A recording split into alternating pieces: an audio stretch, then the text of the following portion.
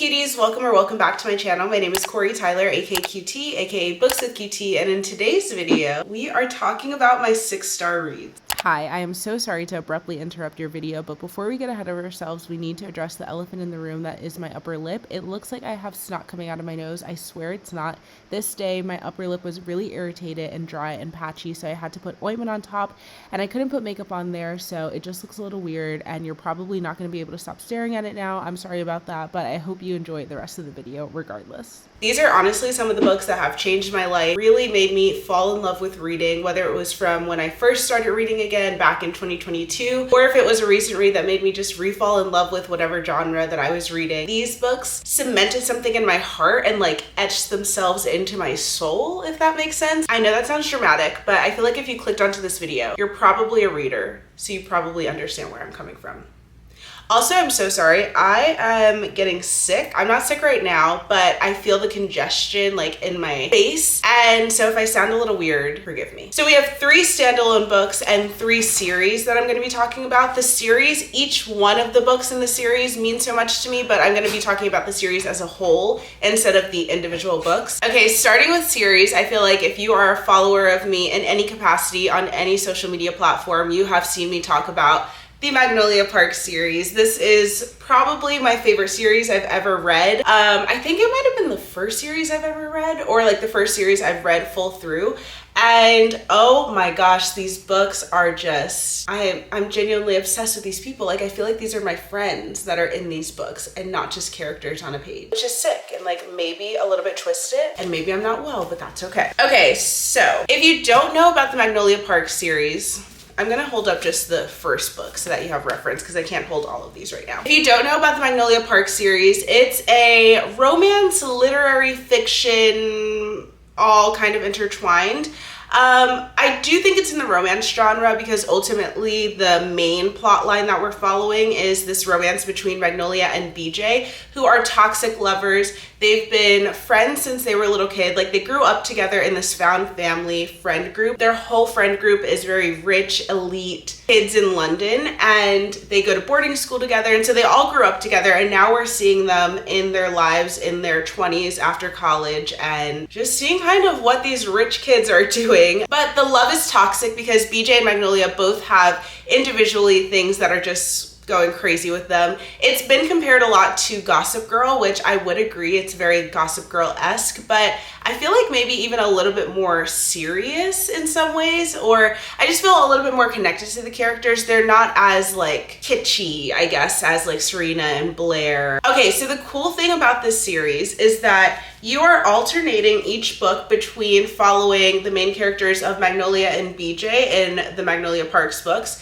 and then Daisy Hates, Julian, and Christian in the Daisy Hates books. So every other book is either Magnolia or Daisy that we're following as our main character. So Magnolia Parks, we have Magnolia and BJ as the love interest, and then we see all the other characters throughout the book. Then Daisy Hates, Daisy and Christian are the love interests. Julian is the brother, so those are the 3 perspectives we're getting. And again, you see Magnolia sometimes and the other characters in these books as well. What also is really cool about the Magnolia Parks series is that the 2 books that come back to back are told in the same timeline, but you're seeing very different stories because Daisy is kind of like an outer character to Magnolia's friend group. She's not in the friend group, so you're seeing what's happening at the same time of stuff that's happening in Magnolia Parks books, but through Daisy's perspective and what she and Julian were kind of doing on the side. So I thought, I just find that very interesting because sometimes you'll see in certain chapters that line up with something that you read in Magnolia Parks, and it's like, oh my gosh, this is when Magnolia does this, or this is when this big blow up happens, or a fight. So I don't know, I think that's really cool. Sorry, my books are falling. Also, the covers are insane. So this is the first book, Magnolia Parks. Then we have the second book, Daisy Hates. Third book, we go back to Magnolia Park for The Long Way Home. I think this is probably my favorite cover. It's so pretty. And what's really cool about the covers, there's so much to talk about with these books. What's really cool about the covers of these is that there's little Easter eggs throughout that while you're reading the book, you end up understanding. Like, you'll go back to the cover and be like, oh my gosh, there's a mermaid on the boat because of this scene, or there's a deer because of this scene. So the covers are really pretty. And then we have The Great Undoing, which is the fourth book, sorry. And then Magnolia's last book has been written and released last December, I believe it was. And it is Magnolia Parks Into the Dark. Another beautiful cover, but it's a big boy. This is Magnolia Parks' last book.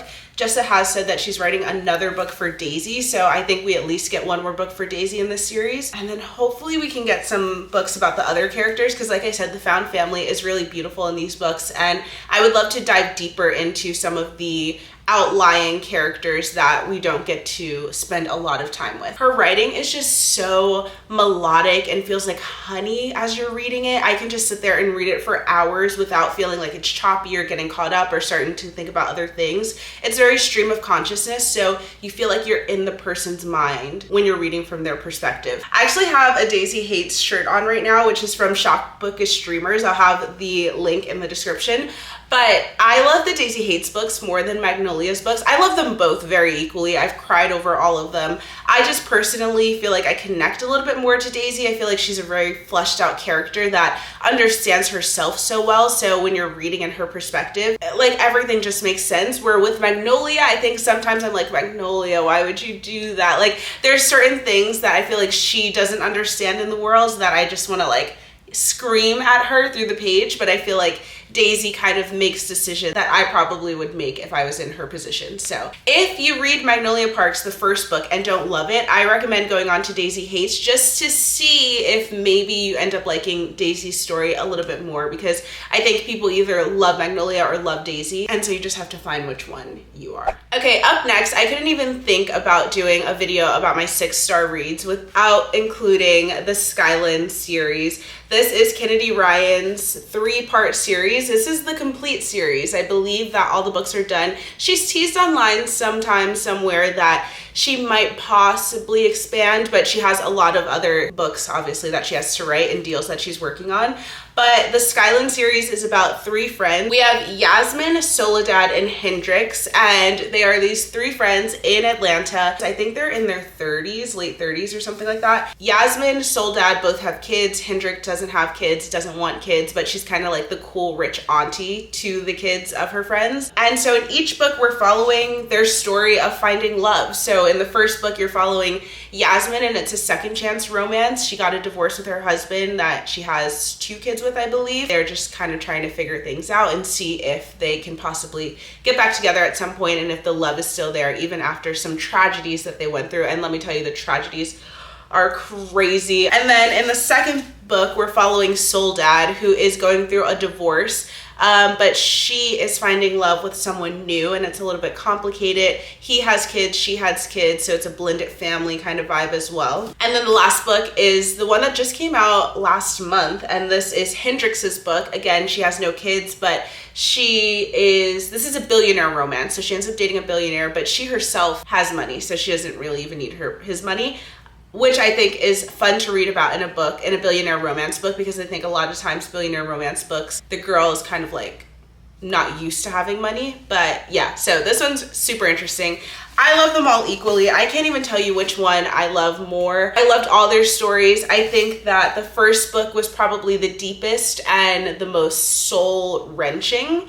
The second one was the lightest and probably the most fun. I laughed the most during reading this book. It was a little bit more lighthearted than the others while still talking about some serious topics. And then the last one, I just feel like Hendrix was such a overall well-rounded character. I think it's similar to what I was saying about Daisy in the Magnolia Parks books. Hendrix knows herself, and you can tell that with reading all parts of her story. I just love these 3 so much. I'm sad to not see them again. I feel like I want to be part of the friend group, and I'm obsessed. Okay, the last series that we're going to talk about, we're actually going to go into the fantasy realm with Once Upon a Broken Heart series by Stephanie Garber. Wow, did this series change my life in the end of 2024 going into the beginning of 2025. I did not expect to love these books the way that I did. Like, I seriously think about some of these characters every single day. I have chills right now. It's also like kind of cold in my house, but I have chills right now just thinking about the love story that we get in these books. It's crazy. Okay, so Once Upon a Broken Heart. The thing about this series is that it's technically the sequel to another series by Stephanie Garber, the Caraval series. Fun fact, I don't even know if it's a fun fact for some people because people hate when I say this. I didn't read the Caraval series. I tried to read the first book, Caraval, and I just couldn't. Like, I was so lost and so bored and couldn't care less about anything that I was reading in the first like 5 chapters. So I put it away. I kept trying to pick it back up and never could. The only reason I wanted to read Caraval is because I hear such great things about Once Upon a Broken Heart, and I was like, I feel like I have to read that in order to get into this. Then eventually I decided, let me just try to start Once Upon a Broken Heart, see if it's even something I'm interested in before I go back and read Caraval. When I picked up the first book, Once Upon a Broken Heart, wow. Cried, laughed, giggled, everything that you can ever imagine. I haven't felt this way about a fantasy book since I read A Court of Thorns and Roses, which probably is another 6-star series for me, but I feel like everyone talks about it, so I didn't want to include it in this book. But this is a fantasy, a romantasy, a true romantasy, where like romance is the plot and the fantasy aspects are kind of helping the romance along or hurting it sometimes, honestly. This is about Evangeline Fox, who is a hopeless romantic basically, and she ends up making a deal with the Prince of Hearts. But as you know, as you probably know if you've read fantasy, in any fantasy, when you make a deal with Fae, it comes at a great price. So there's something that she has to give in order for the take of what she wants. I don't want to say too much because I want you to go into it not knowing everything about the book, but very good. There's a huge plot twist at the end of this book that leads into The Ballad of Never After, which was another poetically beautiful love story. And then the end of this book is a plot twist that leads to A Curse for True Love. I think that there's a character in A Curse for True Love, or a character in this whole series, that is going to get her own series or her own books. So I'm excited to be able to get back into the world at some point. But yeah, like, I don't even know. I don't even know if I've perfectly articulated what I feel about this, but I'd recommend everyone to read it, especially if you're interested in just getting into fantasy. I think it's an easy one to get into and an easy one to fall in love with. So, Curse for True Love. I love Evangeline Fox and Jax, of course. Okay, moving along to our 3 standalone books. The first one that we have is Love in Other Words. I've had it on my TBR for a long time and never was interested in picking it up because everyone says it's a lot like Every Summer After, which is a 5-star read for me. I love Every Summer After. I didn't feel like I needed to read another book like it. It did make me happy, but it also made me very sad. Snot coming out of my nose, tears everywhere, eyes burning red. Like, when I tell you this book destroyed me. I am so sad that I left it on my TBR for so long because it was honestly worth every single second. I read this in a few hours. First chapter to the last chapter, there was never a part where I wanted to put this book down. It's a second chance friends to lovers, childhood friends to lovers book where the 2 main characters, AC and her family, have this summer house that they go to every summer, and that's where she meets Elliot, and they kind of fall in love, but they only spend summers together. So the year goes by and they don't really keep in contact until the summer comes back, but they're best friends, and something dramatic and tragic happens when Macy's about like 13 or so, 14, something like that. And then they go a long time without seeing or talking to each other. And then they finally enter each other's lives again, and they're kind of trying to work through all of the things that have happened before. But when you find out what happened, first of all, you're not prepared for it. And then that's not even it. More happens after that. And it's just like, you feel so connected to these characters. And I felt so bad for Macy with a lot of the stuff she was going through in her life, and Elliot trying to be there for her, but not always knowing how to. And I just thought it was a perfect, like, I don't know, I felt like, gonna be the craziest thing, but I felt like it was like just a wave of love crashing into each other, and like dolphins coming up out of the ocean and the sun setting beautifully across the, like, I don't know, that's what I picture in my mind when I picture this book, is like just a lot of feeling happening all at once. 6-star read. I think a lot of people say that about this book, so I'm no different, but wanted to put my input in there. I think you should read it if you haven't. Next we have Just for the Summer by Abby Jimenez, which I probably talk about in every single book video that I ever create, so I'm not gonna bore you to death again with this one. So in this book, both of our main characters are going through something that's so heavy and hard within their family dynamics and their own lives,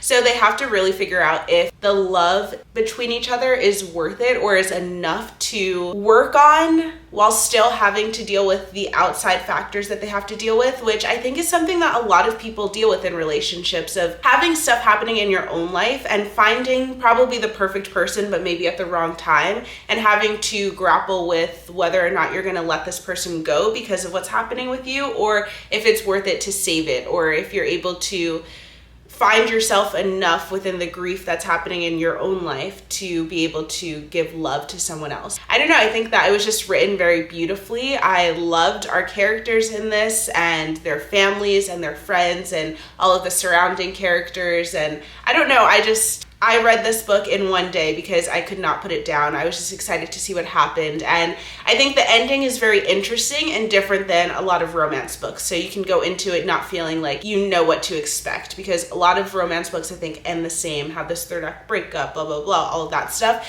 And this one was done, I think, a little bit differently and beautifully, and made it worth the read. Okay, the last book I'll talk about is another book I talk about all the time. Carrie, Soto is Back by Taylor Jenkins Reid. I think this is a great book for all women to read, but especially if you're a woman in any kind of male-dominated career or sport or anything like that.